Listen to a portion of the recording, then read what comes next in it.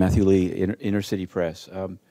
This could be it may be construed as a Nigeria question or a more general one. You'd mentioned in your opening statement how if governments or if it's assumed that youths are involved in some way, you might as well be involved. So I wanted to ask about a situation I've been following in the Anglophone areas of Cameroon, where it seems like the government is very much thinking that any youths in these areas are part of a desire for independence or autonomy and targeting them, and whether, one, I mean, just as a general matter, if you could comment on, and two, if as well as anything else you want to say about the Boko Haram areas of Nigeria, but what, if you ran into this issue at all, and if you have any view on the recent repatriation or refoulement of Cameroonians by Nigeria back to Cameroon.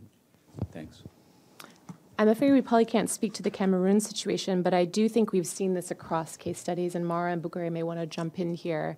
Certainly in Aleppo, this was an issue, so I don't know if you want to address that. And I know for some of the communities in northern Mali as well, being accused of being quote-unquote jihadist actually lended itself to driving people towards the very groups they were being accused of. So I don't know if you want to jump in.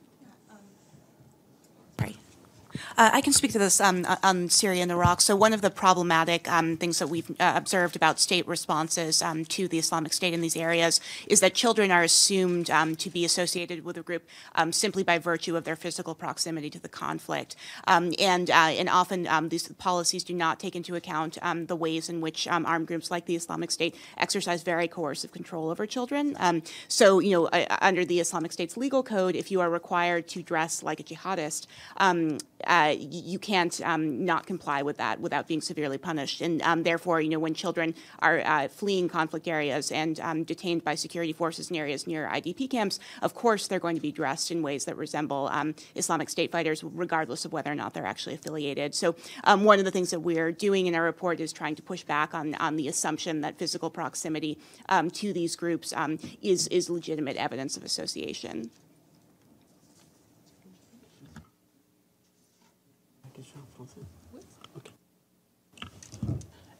Monsieur, est-ce que vous pouvez reprendre la question en français, s'il vous plaît? Je vais essayer. Ok, merci, merci. Les jeunes au Cameroun, les areas anglophones, le gouvernement pense qu'ils sont, ils sont des séparatistes. Okay. C'est la question. Ok. Alors, et vous demandez pour le cas du Mali. Alors, parce qu'au Mali, je crois que le conflit malien il est très complexe. Vous avez plusieurs acteurs qui sont impliqués dans le conflit. D'abord, il a commencé par une rébellion indépendantiste.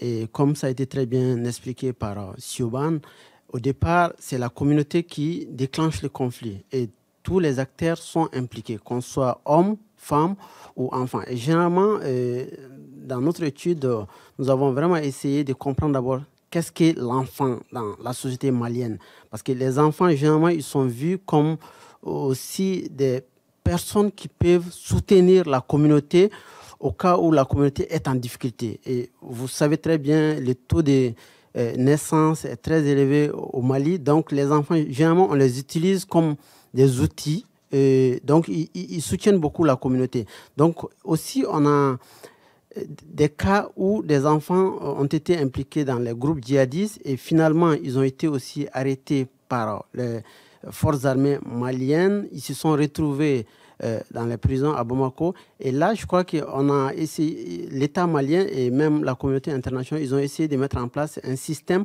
pour que si les enfants sont arrêtés, qu'ils puissent vraiment les soutenir et qu'ils puissent sortir des prisons. Donc aussi, on a d'autres cas où les enfants sont liés à des groupes criminels, terroristes.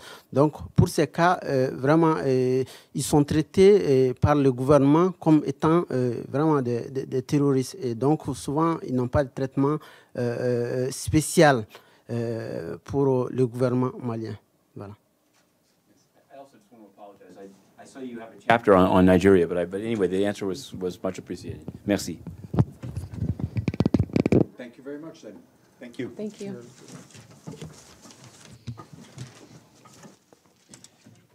No, please.